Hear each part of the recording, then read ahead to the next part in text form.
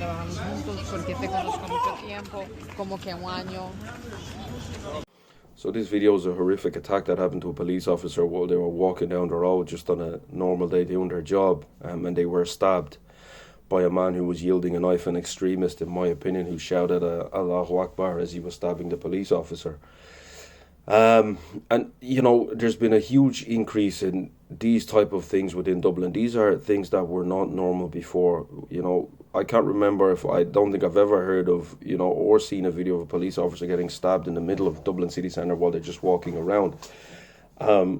Most recently we've seen somebody getting stabbed, you know, stabbed and bleeding, you know, I think by the bridge in Dublin city centre.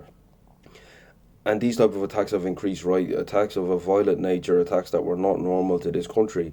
Now, there's many crimes that do happen which are very graphic within the country, but not in broad daylight, not in public.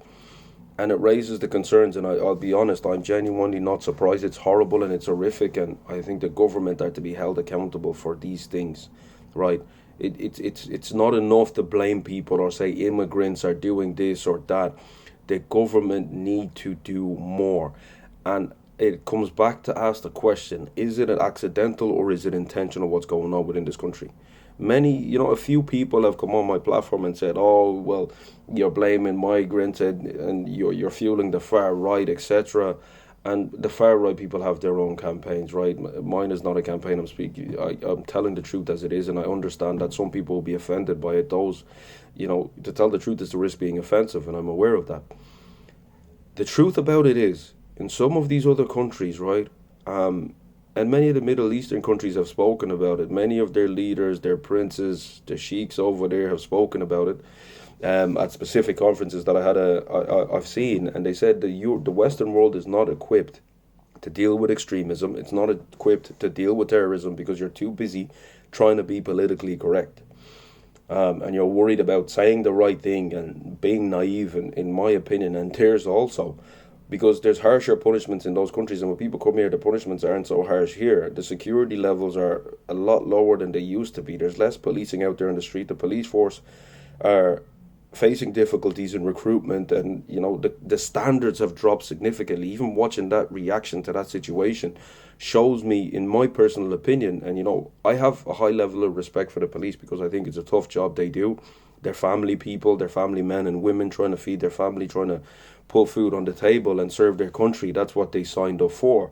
But when you sign up for that, you know, the standards have dropped. The level of training, hand-to-hand combat training, you know, personally watching that scenario happen between how the police reacted, how he took his baton out, his friend's reaction to your colleague being stabbed, shoving the man, it looked like a weak shove in the first place.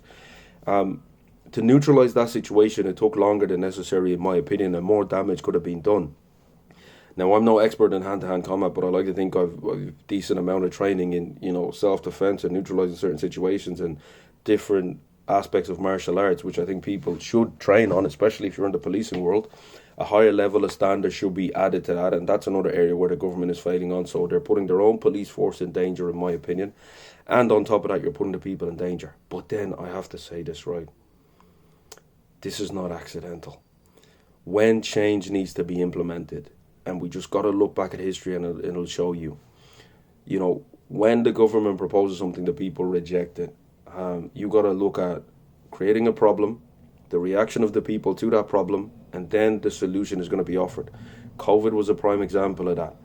Created a problem, right, on a global scale at the elite level, created the problem, which was the virus. People's reactions was fear, panic, locked everybody down in isolation, created more fear, created a condition that will add more fear, more anxiety to people, and then offered you a solution. And because the problem lasted so long, you jump at any solution that was given. And many jumped at the solution, which later on we come to find out was incorrect. Same thing is happening again. And all of these problems around immigration, around security, the problems around the lack of resources within country, the housing crisis, all of these things, in my opinion, are they accidental? No, because they're too intelligent people to drop the ball for this long. They're not dumb people in these positions.